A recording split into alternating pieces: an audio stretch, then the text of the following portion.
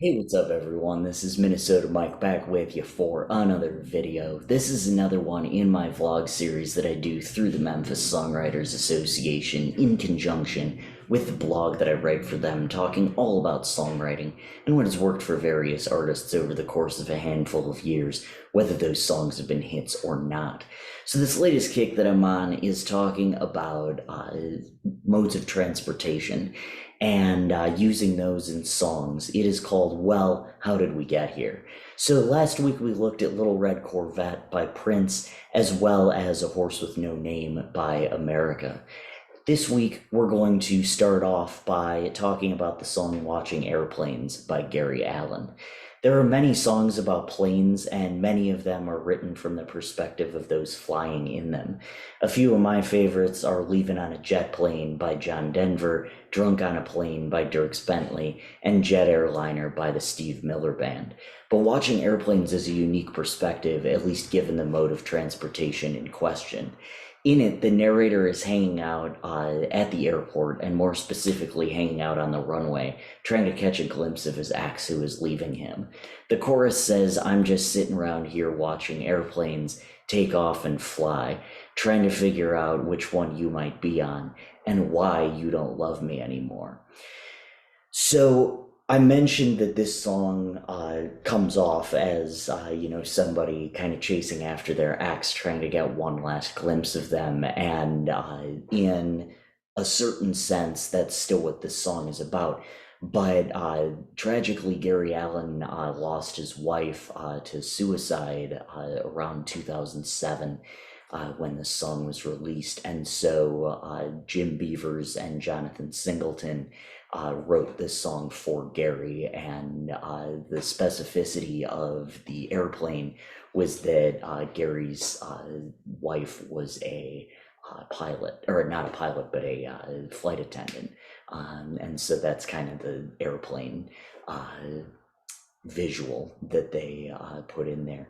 But it should also be noted that Jim Beavers has also written quite a bit for Dierks Bentley, and so the Drunk on a Plane, not necessarily too far off from writing a song about an airplane and watching airplanes, although Drunk on a Plane came out a little bit later, about 5 years, I believe, after this song.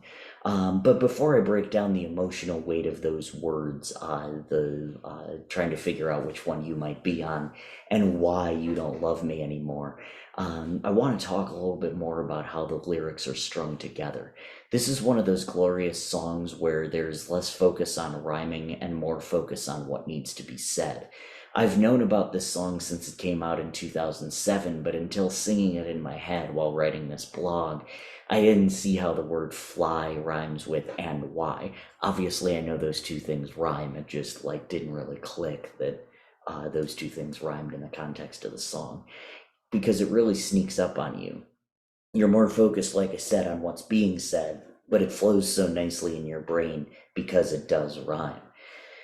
Now for what's actually being said. The first verse paints a beautiful visual of a day with a caramel covered sunset sky. He pronounces it caramel, so don't come after me. This is something that he'd normally want to look up and enjoy, but what he's really looking for is the airplane that is carrying his love interest, his ex, as it comes off. In the second verse, he talks about all of the things that he could have done differently, but also wonders if it would make any difference to try harder now, and how she'd react if she saw him running down the runway just like he was crazy. Concluding hopelessness in the bridge because she's 30,000 feet above him and a million miles away. The year after this song came out, the script put out a song called The Man Who Can't Be Moved, and one of my teachers said it put a brand new spin on the whole I'll wait for you romantic trope. This song does the same thing, and the fewer details that go into it, the more you're able to empathize with the narrator in the song rather than the person who is on the airplane. Although, of course, if you know that it's about Gary Allan's wife who committed suicide, obviously you're empathizing with her as well. But there's still a lot of that goes into it of like, why'd you leave me? But then I could have done better too. So it's definitely a push and pull. Uh, Melodically, the song is written in F major and follows an EA pattern, the 7 and the 3 chords, and that gets played twice in the intro and 4 times in the verses before C sharp minor and D come in during the last line of the verses.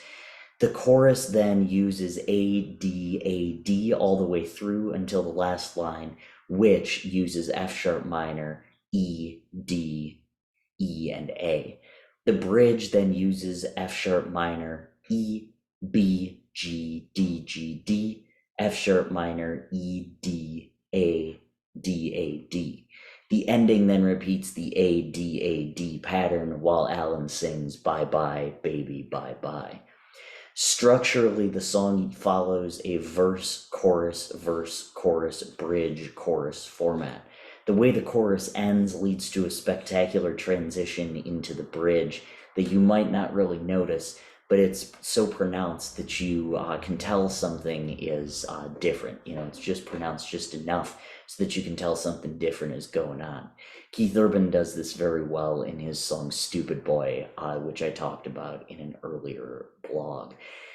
So that is watching airplanes. Like I said, I always interpret it as a relationship song, like, you know, an ex saying, I'm leaving you on an airplane.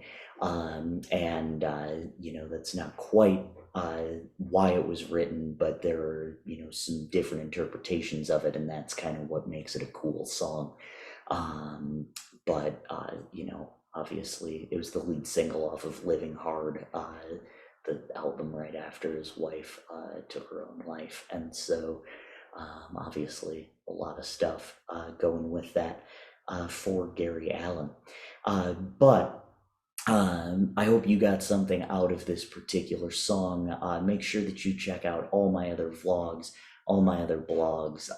The blogs are on the Memphis Songwriters Association website. The vlogs are right here on YouTube, Minnesota Mike. So you can check those out, subscribe, all of that good stuff. Again, I'm Minnesota Mike. Thank you so much.